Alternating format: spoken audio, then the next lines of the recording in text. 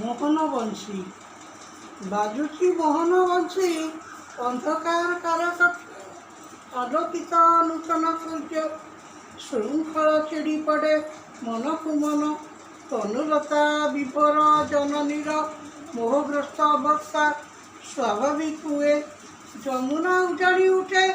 কি এক সম্মোহন জাগি উঠে মথুরা নগরীরে অতিক্রান্ত মধ্যরাত্রি দেবকী আহ্লাদিত দেখি শিশুটির এ বিশ্বরূপরে বসুদেব চিন্তাগ্রস্ত শিশুটির উজ্জ্বল আলোকে কংসভয় বিতস্ত কেমিতি সে বঞ্চাইব এ অষ্টম গর্ভরে চারি মেঘ একাକାର ভাদ্রপর কৃষ্ণপক্ষ অষ্টমী ତିଥିରେ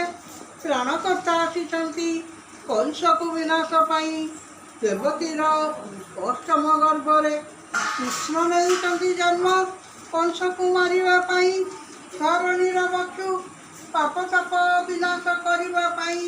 ଧରିତ୍ରୀକୁ ପ୍ରବୋଧନ ଦେବା ପାଇଁ ଆସିଛନ୍ତି କାରକକ୍ଷେ କନେଇ ସେ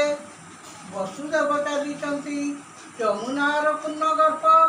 ଛାଡ଼ି ଦିଏ ବାଟ ତାଙ୍କୁ ପୁତ୍ର ନେଇ ରଖିଛନ୍ତି ଯଶୋଦା କୋଳରେ ଗୋପନଗରୀରେ ଆସିଛନ୍ତି କନ୍ୟା ନେଇ ବନ୍ଦୀଶାଳା ସମଗ୍ର ବିଶ୍ୱ ଦେଖୁଛି ଏ ପୂର୍ବ ଲୀଳା କୃଷ୍ଣ ଆଦି ଅବତାର ପୃଥିବୀ ବକ୍ଷରେ ମୋହନ ବଂଶୀ ଶୁଭୁଛି ଯମୁନା କୂଳରେ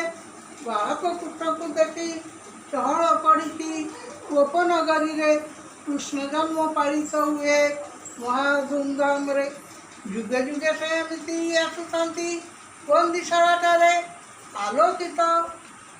ସମଗ୍ର ମଥୁରା ନଗରୀ ତାପ ତାପ ବିନାଶକ ଶ୍ରୀକୃଷ୍ଣ ସେ ବାସୁଦେବ ବୃନ୍ଦାବନ ଚନ୍ଦ୍ର ଗୋପର ଗୋପାଳ ଯଶୋଦାନନ୍ଦନ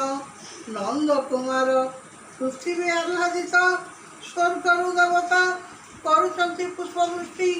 କାରଣ କୃଷ୍ଣ ଜନ୍ମିଛନ୍ତି ମଥୁରା ନଗରେ